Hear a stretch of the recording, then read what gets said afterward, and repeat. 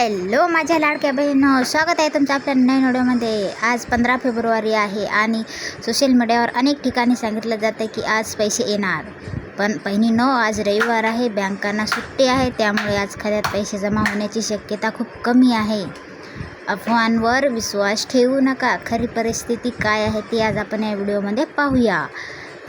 बहिणींनो, सरकारी नियमानुसार बँकिंग व्यवहार सुट्टीच्या दिवशी होत नाहीत, पण याचा अर्थ असा नाही की पैसे मिळणार नाहीत।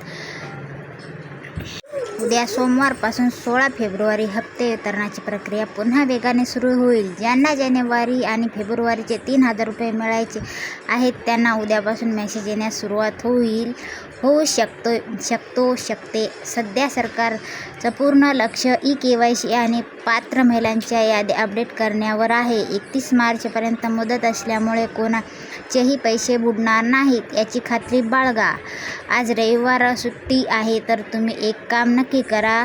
तुमचं नारी शक्ती दूत ॲप उघडून तुमचं स्टेटस तपासा। जर तिथे काही चूक असेल तर ती सुधारण्यासाठी उद्या बँकेत किंवा अंगणवाडी केंद्रात जाण्याची तयारी ठेवा।